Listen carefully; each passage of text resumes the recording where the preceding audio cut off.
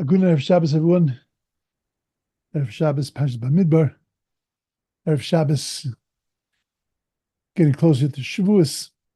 We wonder, Parshat Bamidbar is set up that it's always read before Shavuos. What's the message in Parshat Bamidbar that is the preparation, the lead up for Shavuos? And there are many, in fact, connections between Bamidbar and Shavuos, but I want to explore one. Medrash tells us that B'shah Shomer Kodesh Baruch Hu Moshe, when God said to Moshe, "Aseo sam de golim, Moshe nisavu," make for them flags like they desired. It says that when the Jewish people, and the Medrash tells us that when the Jewish people saw the 220,000 malachim, the 22 ribo of malachim that came down, and they put crowns on the heads of Klal Yisrael, and they saw this, it was such an incredible thing they saw, because they saw them come down in groups and in flags and organized. And it was something that was so moving to them that they were nisavu, they wanted to be like that. But Moshe Rabbeinu was worried. Hischel Moshe Meitzar Omer. He was worried, and he said that there's going to be big machlokes amongst the Jewish people. If I tell to a Shevet of Yehuda that he should be in the Mizrach, and he says to me, I don't want to be there, I want to be in the south. And I turn to Reuven, I turn to Ephraim, I turn to the other tribes, and I say to them, you should be here, and each one's going to say, I don't want to be there, I want to be over there. I don't want to be with that guy, I want to be with that tribe, I want to be with that tribe. Every single tribe, I'm going to have this problem. What am I going to say to them? So God said to Moshe, what are you worried about? Says, and he says, they recognize their places. Because you have to understand that they already got this from Yaakov Avinu when Yaakov died. And he went down, he told them that not to bury him in Mitzrayim, but to bury in Eretz Yisrael. He told them and taught them exactly where to stand when they traveled down to Mitzrayim. And then each one of them had a place, each one of them had a tafkid, each one of them had a place where they should stand. So you don't have to worry. They had a system from Yaakov Avinu.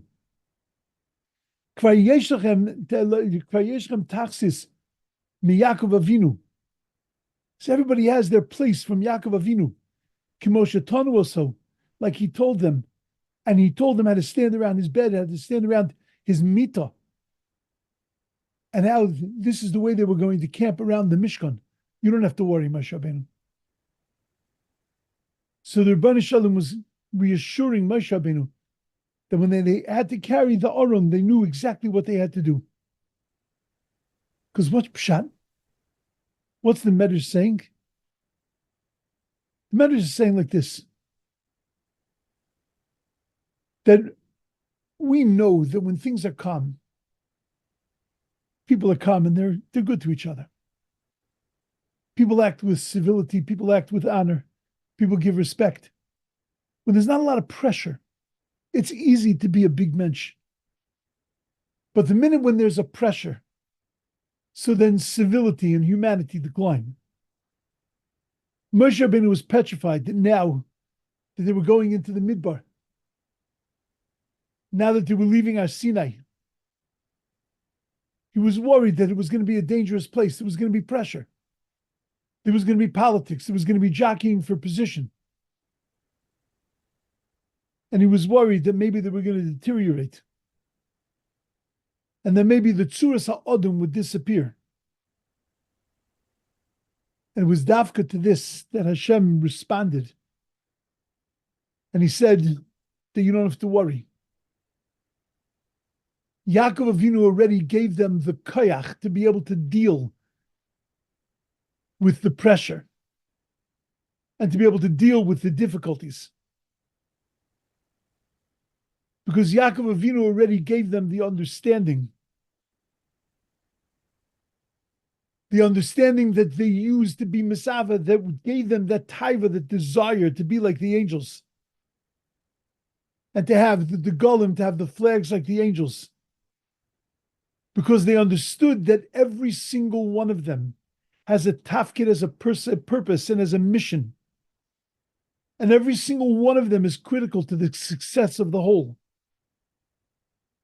And when they traveled by the Degalim, It wasn't about how they traveled, but it was rather about how they contributed to Klal Yisrael.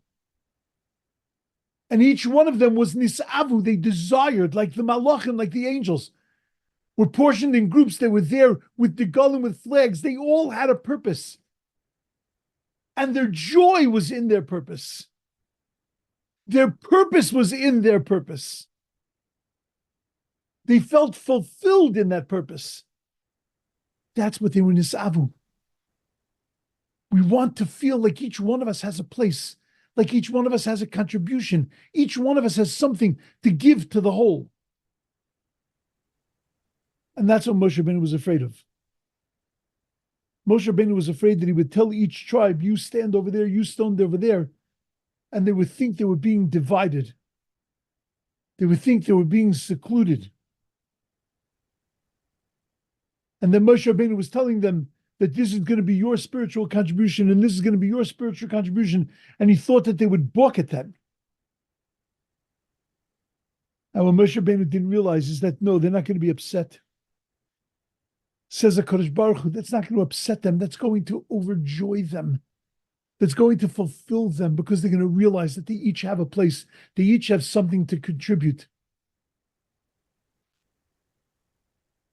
And that is their strength.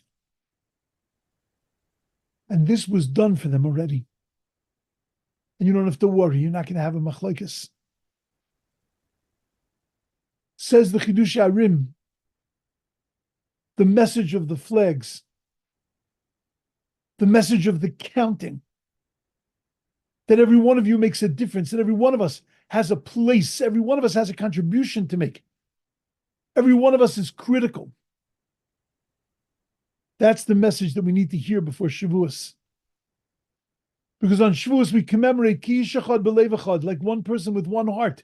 We had achieved this incredible place when we received the Torah. How do you get to that place? When everybody recognizes that they have a role to play. When everybody knows that their contribution is critical. And that in my little piece of the world, and in my little place, what I do, what I say, what I think, what I grow with, what I contribute to Klal Yisrael is so critical that if it was missing, then the Sefer Torah would be puzzled. If one little dot of ink isn't there, so then the whole Torah is no good. If one of us is missing and our contribution is missing in Klal Yisrael, then the whole thing is no good. The whole thing is impaired. That's why we needed this Parsha to remind us how to achieve what we need to achieve for Kabbalas HaTorah. How do we get to this place of Ki ish echad b'lev echad? It's not merely by loving other people. It's not merely by reaching out to others and being kind and good to other people. But the way we achieve oneness is we recognize our value and importance. Recognize the importance of our contribution. The critical nature of our existence. And that's what this Parsha reminds us. Ish al diglei, every man has his degel, every person has their contribution. Lift up the heads of the Jewish people. Get this message through. Because this is the foundation of Klal Yisrael, the foundation of Kabbalas HaTorah. You matter. We should have a beautiful Shabbos. But a particularly beautiful Shabbos.